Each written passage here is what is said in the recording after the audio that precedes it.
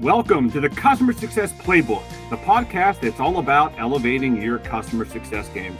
I'm Trebon, and with me is my co-host, Kevin Metzger. We're here to bring you the latest insights, inspirations, and expertise from top leaders in the field of customer success.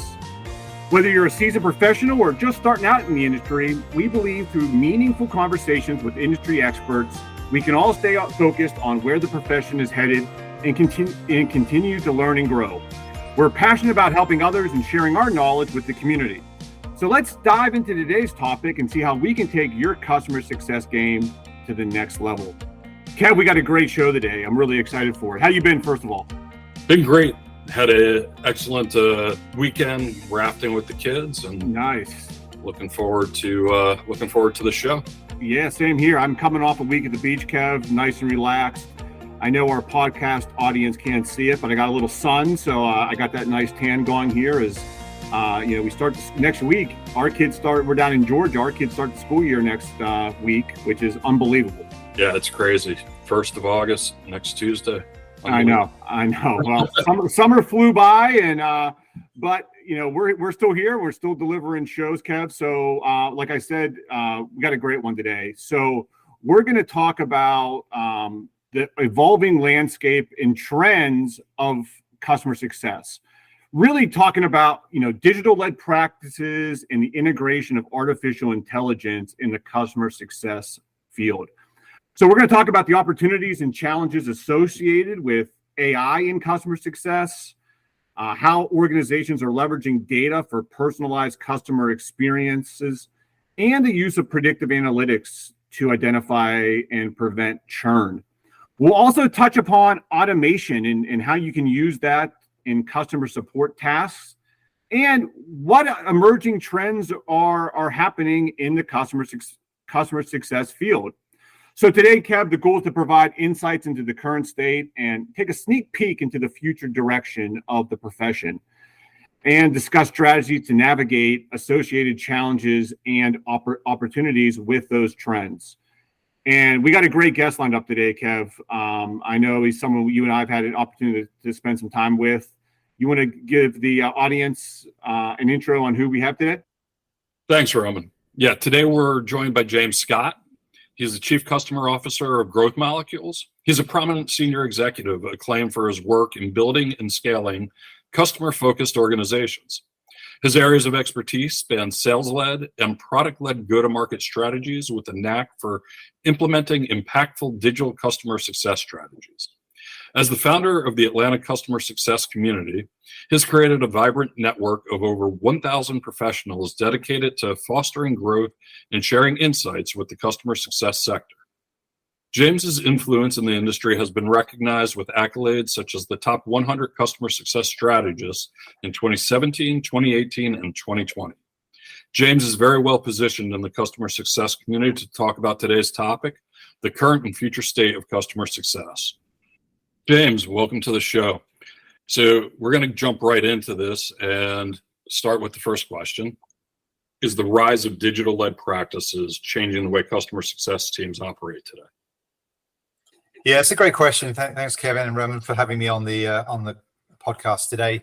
I'm excited to talk about this topic because it's something that I think I've personally been working at for a number of years, right? Because it's hard, and I think we're all on that journey, and we're all at kind of different points in our own personal journey with digital CS. But I think the key thing to remember here is that digital CS isn't new, right? I know it's very, very topical right now, and there's a lot of companies and people talking about it, and I'm glad we are, because we haven't been talking about it enough, in my opinion, over the last few years. And we're talking about it now really out of necessity, and I'll talk more about that in a second. But digital interactions with customers and prospects as a concept, right, it's been around for many, many years. So we're talking about some stuff now that I think we should have been talking about years ago.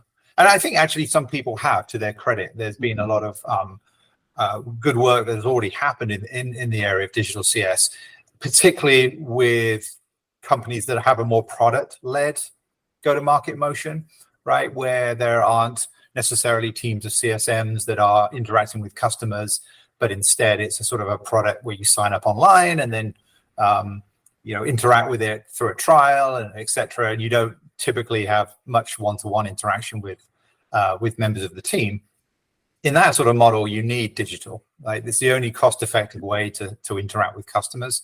It's the only way that really works. So I think the product-led growth companies have been more sort of digital early adopters, if you like, and now companies that have more of a sales-led motion are having to also think about what digital looks like in their world. So I don't think it's a new thing. I think but it's come as a necessity because of the economy, right? So it's something that I think a lot of CS leaders have been talking about for a long time. Hey, we need to do more digital. We can scale our teams more efficiently if we have a digital strategy. But now, because of the economy and what's happening in the economy has obviously been very hard for many people, and I want to just recognize that. Yeah. I think though also for the CS profession, for the discipline of customer success, it has actually been quite helpful in that it's focused CEOs, CFOs, boards, investors, etc. on, hey, we get customer success, but we don't really like the way that it's being done right now. There needs to be a better way to do customer success. There needs to be a more efficient way.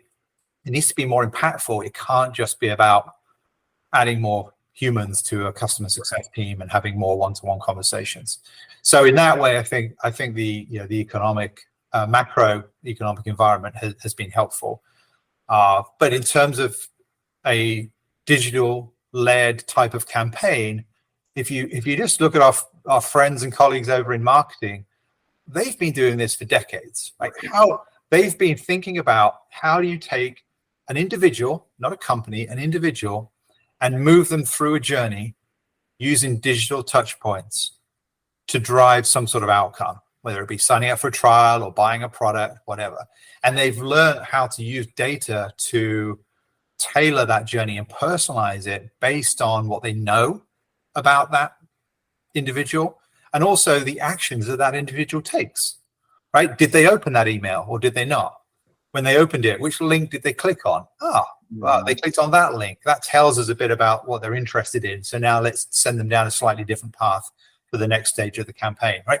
So they've been doing that for many years. I mean, into sort of decade now too. Digital CS is really the customer side of that. We need to now think about how we do that when somebody has already signed up to be a customer of our product. And what I think is also really interesting is we've got another channel available to us that the marketing team in the acquisition phase doesn't have, and that is the in-product experience, right? Yeah. We are literally able to talk to the customer right where they are using the product, and typically like only a click or two away from the action that we want them to take.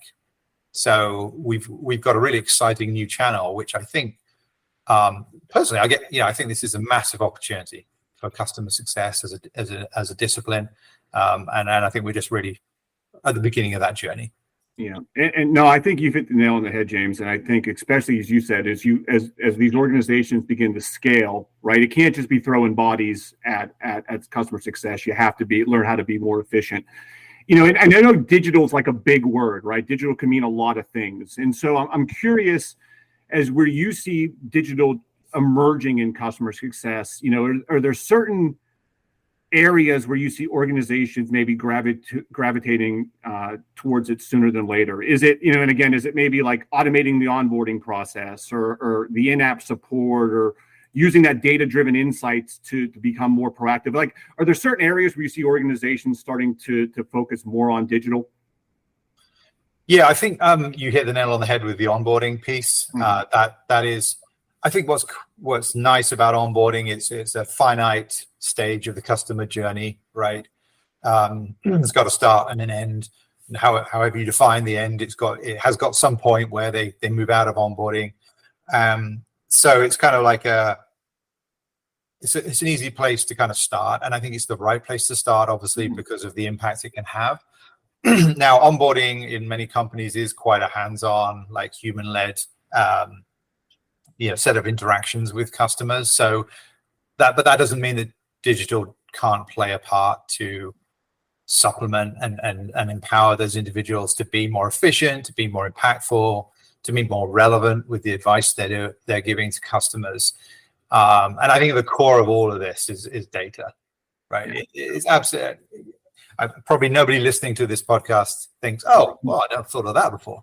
It's all about the data. I remember joining, 5-6 years ago, joining a company, and right away, data was the thing identified was the biggest blocker for us having the impact we wanted to have as a customer success organization. It was clear that data was the weak point in our strategy. And people kind of conceptually get it, but it's really hard to solve that problem for a lot of companies, which is can be frustrating as a leader when you have a vision, you have a sort of set of milestones in your mind for how you're going to get there, but you're just hampered by the fact that the data is either low resolution or it's stuck in a silo somewhere, and you can't get it into the tool that you need it in to use it. So I think that is the data piece is probably the big challenge that a lot of companies are having to solve right now in order to unlock their digital CS strategies. So I think onboarding, to answer your question, onboarding is a great place to start. I think once you've got the data, you can use it in support interactions and things like that. You can use it to trigger playbooks and more proactive customer success engagements, particularly around like low user engagement with the product, or maybe to some of the more sort of proactive pieces of the customer journey where you're planning for renewals or business reviews and things like that. There's a I don't know if you've heard this, but this one of many great Steve Jobs quotes, but he talks about this paper that was published in 1973, I think it was, Scientific American, where the author studied the amount of energy it took to move animals of different types of animals, different types of kind of mechanical transportation devices, humans, etc., to move 1 kilogram of their mass 1 kilometer.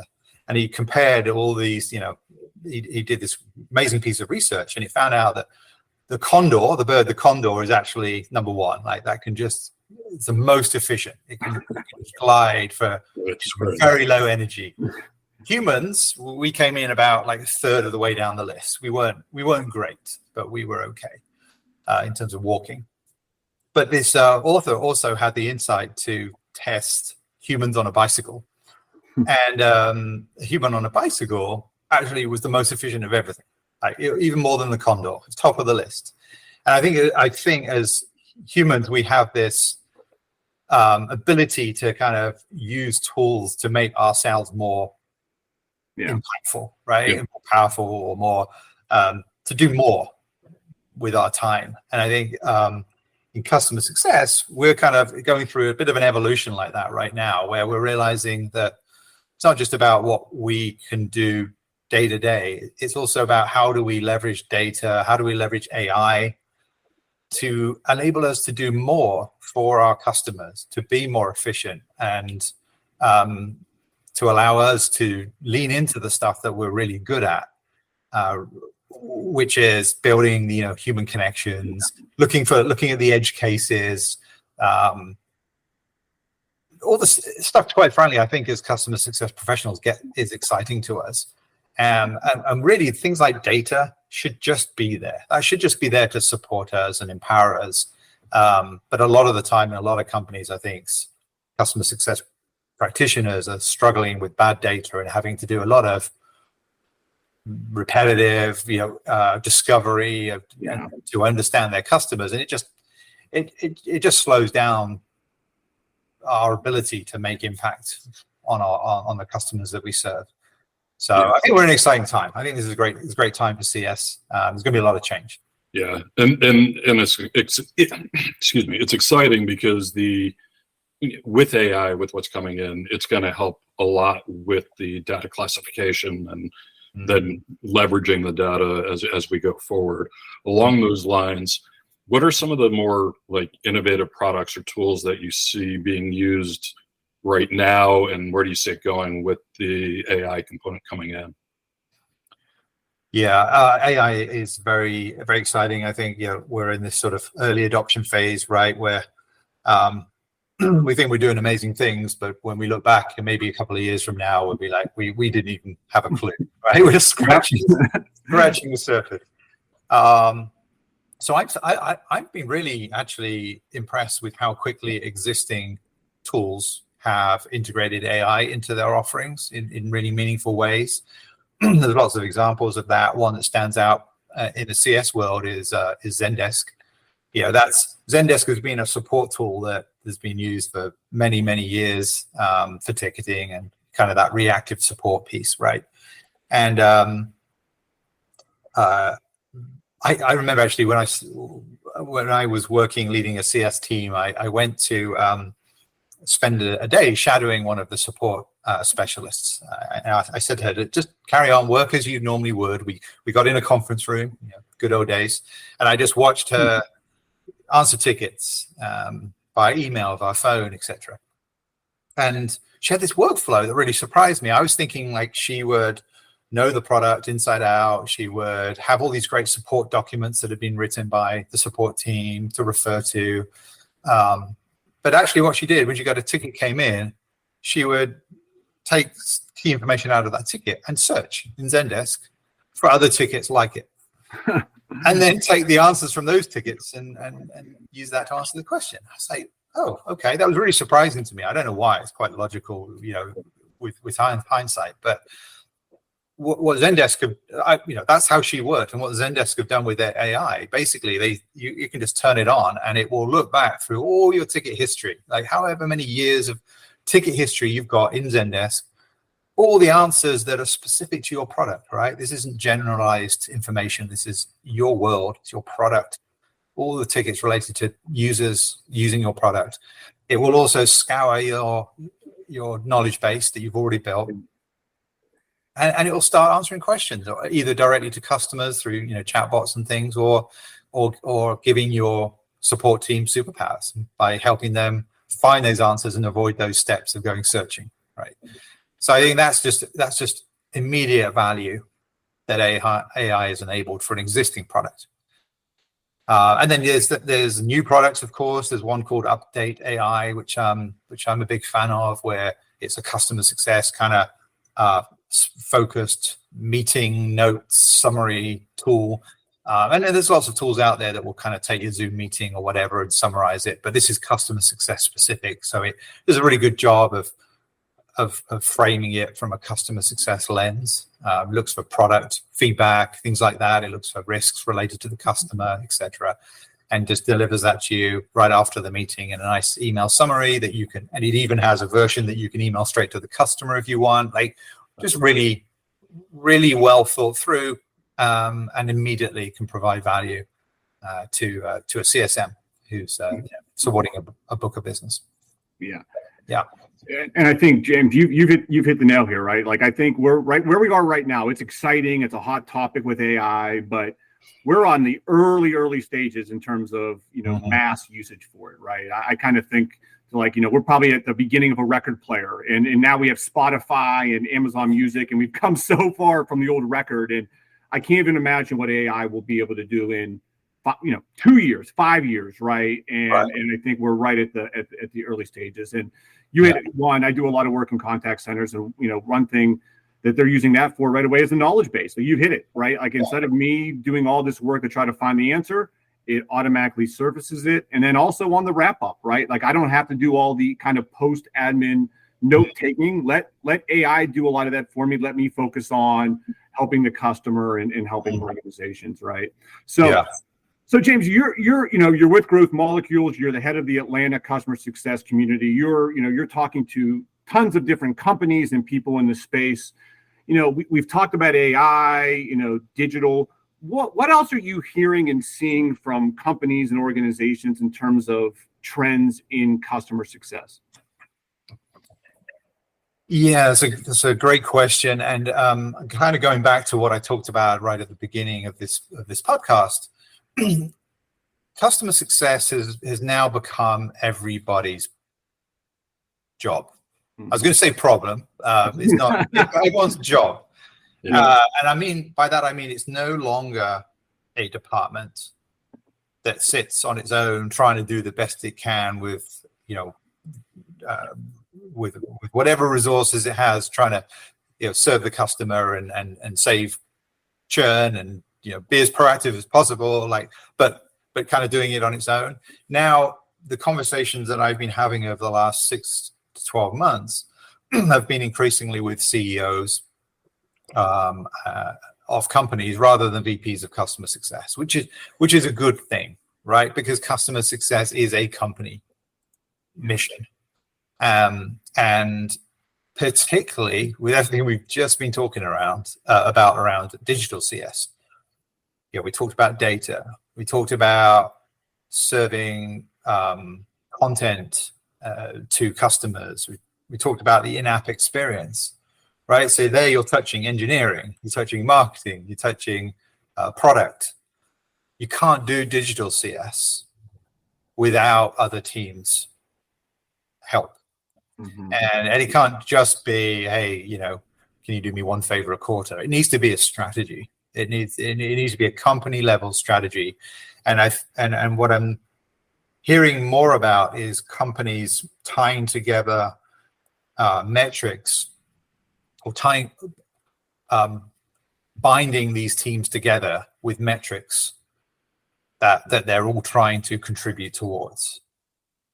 So rather than marketing just being focused more on acquisition, or product being focused on certain pieces around usability or speed to market, whatever it might be, they're actually picking metrics that every team has a piece of that. And I'm not just talking about, I think obviously NRR, churn, NPS, whatever, these sort of larger lagging metrics are ultimately the most important. But it's very hard tactically to make decisions on that from week to week, quarter to quarter. Like, do I do this or do I do that?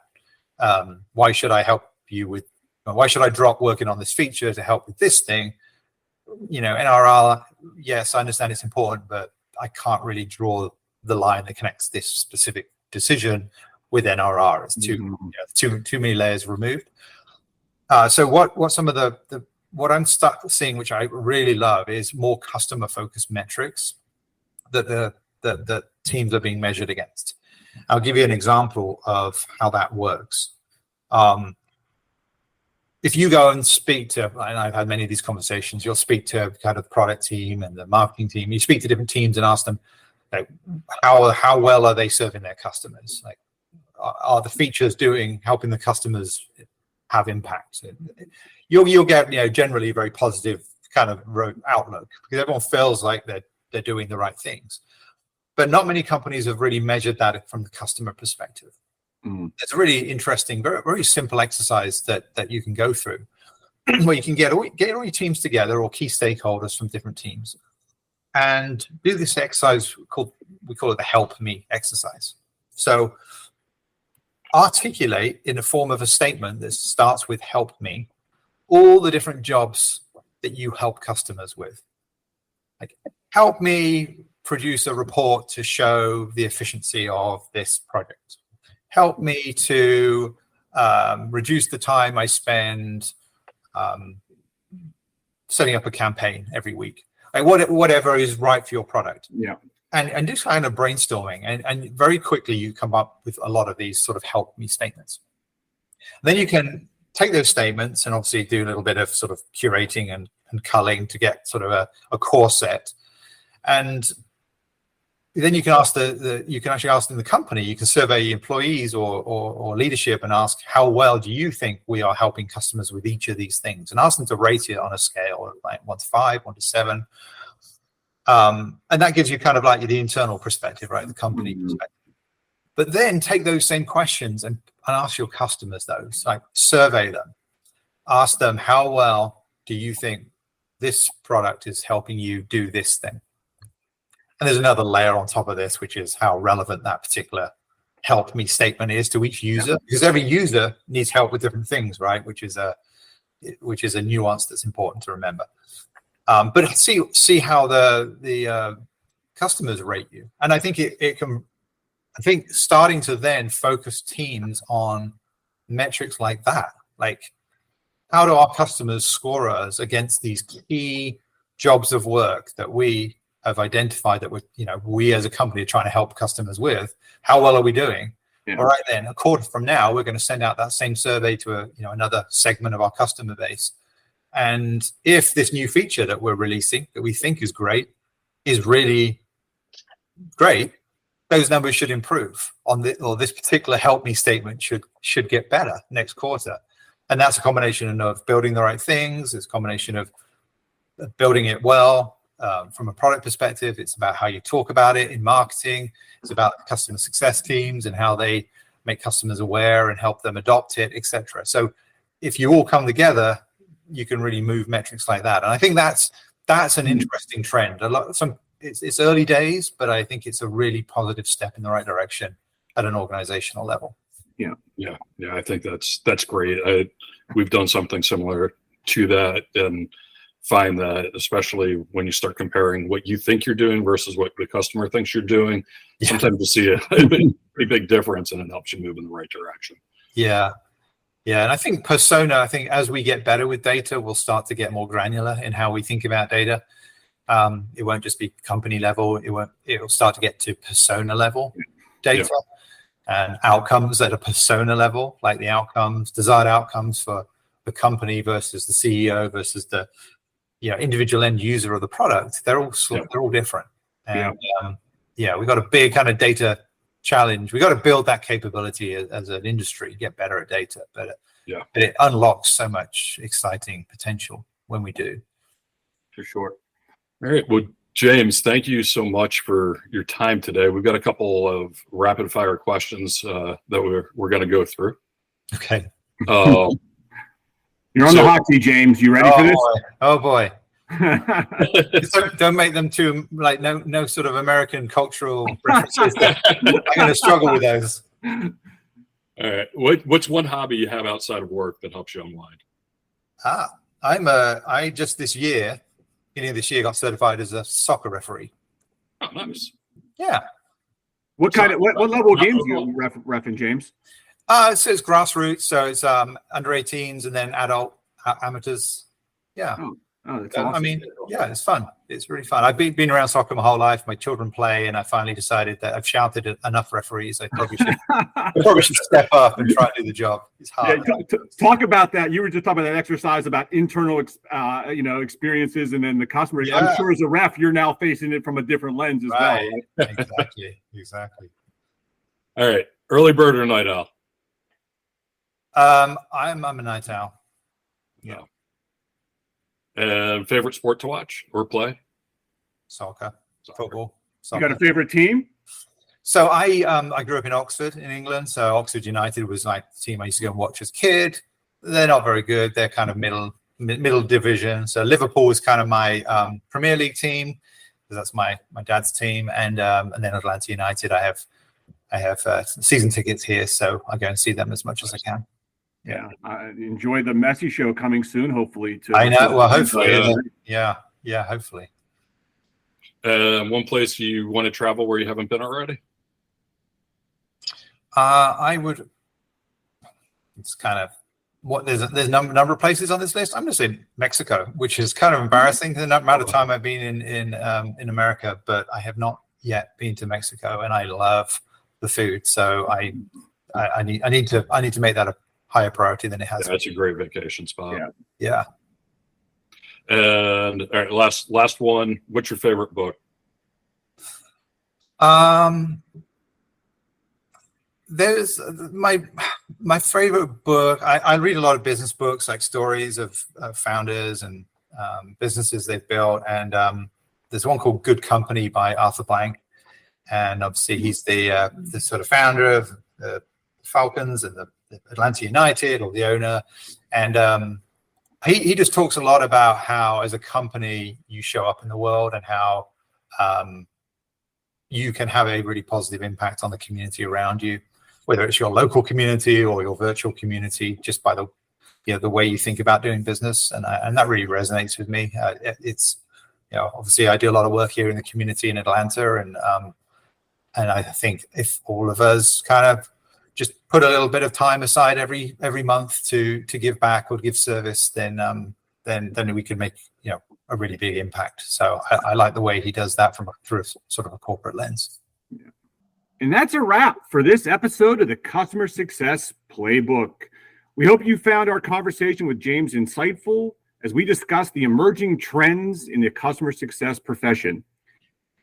We have some great guests lined up, Kevin, including Greg Danes from ChurnRx to discuss his research and ebook on 23 ways to reduce churn in 2023.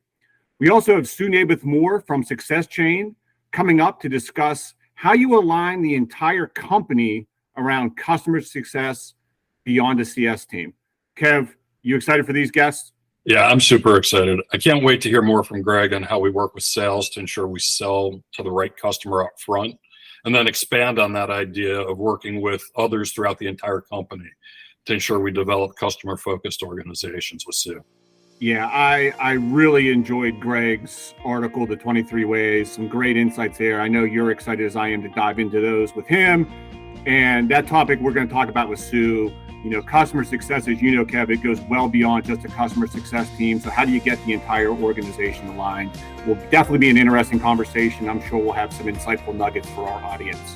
Absolutely. So, Kev, as you know, if you enjoyed this episode, you got to like it, subscribe it, comment, and share it with your friends and colleagues. Spreading the word about our podcast helps us reach more people who, like you, are passionate about customer success. So join us again next time as we continue to explore the future of the profession and help all of us grow. Until then, keep learning, keep growing, and take your customer success game to the next level. Keep on playing.